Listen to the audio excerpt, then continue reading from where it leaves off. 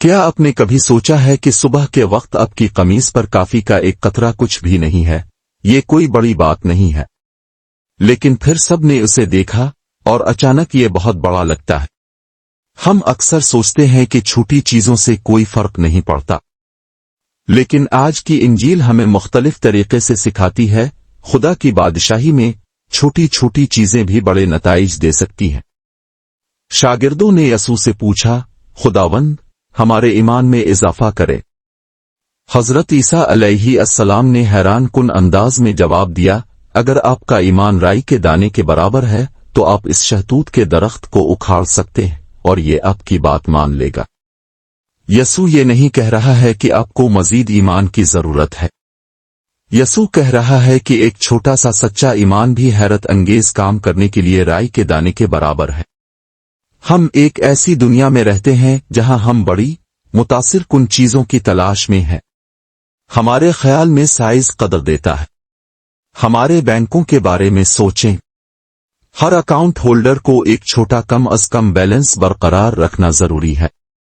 یہ چھوٹا لگتا ہے، ہمیں لگتا ہے کہ اس کا ہم پر اثر نہیں ہوتا، پھر بھی وہ لاکھوں لوگوں سے چارج کرتے ہیں اور یہ اربوں تک پہنچ جاتا ہے۔ 5 سالوں میں ہندوستان میں پبلک سیکٹر کے 11 بینکوں نے ان جرمانے سے تقریباً 8,936 کروڑ روپے کی وصولی کی ہے۔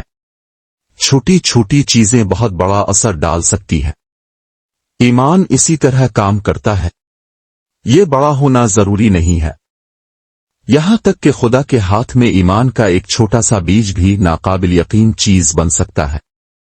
یسوع نے ایمان کا مظاہرہ کرنے کے لیے رائی کا دانہ استعمال کیا، کیونکہ یہ سب سے چھوٹا بیج تھا جو اس وقت لوگوں کو معلوم تھا۔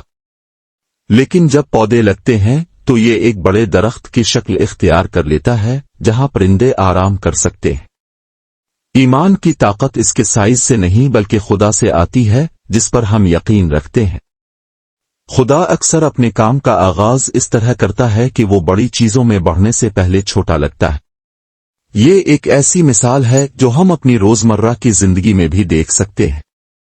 چھوٹی چھوٹی دعائیں، خاموشی سے کام لینا، کسی کو معاف کرنا شاید چھوٹا لگتا ہے، لیکن مل کر وہ ہمارے دلوں اور برادریوں میں خدا کی بادشاہی قائم کرتے ہیں۔ فلموں میں بھی ہم یہ خیال دیکھتے ہیں۔ ملیالم فلم کنگ لائر میں ستیا نارائنا بڑا منافع کمانے کے لیے چھوٹی چالوں کا استعمال کرتے ہیں۔ اس کے اعمال ایماندارانہ نہیں تھے، لیکن وہ یہ ظاہر کرتے ہیں کہ چھوٹی چھوٹی باتوں کے بڑے نتائج ہو سکتے ہیں۔ اگر چھوٹے اعمال دنیا میں بڑا فرق پیدا کر سکتے ہیں تو سوچیں کہ خدا کے ہاتھ میں ایک چھوٹا سا ایمان کتنا کر سکتا ہے۔ حقیقی زندگی کی کہانیاں بھی اس کو ظاہر کرتی ہیں۔ 2019 میں جنوبی افریقہ سے تعلق رکھنے والی انجا اسکربی کو اچیلز ٹینڈن کی شدید چوٹ آئی۔ ڈاکٹروں نے کہا کہ اسے کئی سرجریوں کی ضرورت ہوگی اور کچھ کو خدشہ ہے کہ وہ اپنی ٹانگ کھو دے گی، لیکن انجا کو خدا پر بہت کم یقین تھا۔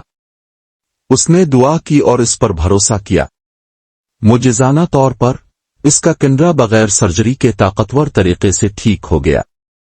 اس سے ظاہر ہوتا ہے کہ ایمان کی تھوڑی سی مقدار بھی حیرت انگیز کام کر سکتی ہے۔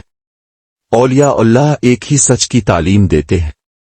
مدر ٹریسا نے کہا، عمل میں ایمان محبت ہے اور عمل میں محبت خدمت ہے۔ کوری ٹین بوم نے کہا، کسی نامعلوم مستقبل پر کسی معروف خدا پر بھروسہ کرنے سے کبھی نہ گھبرائیں۔ ایمان سائز کے بارے میں نہیں ہے، یہ ایمان محبت اور عمل میں دکھایا گیا ہے۔ رائی کے دانے سے ایمان کیسے بڑھایا جائے؟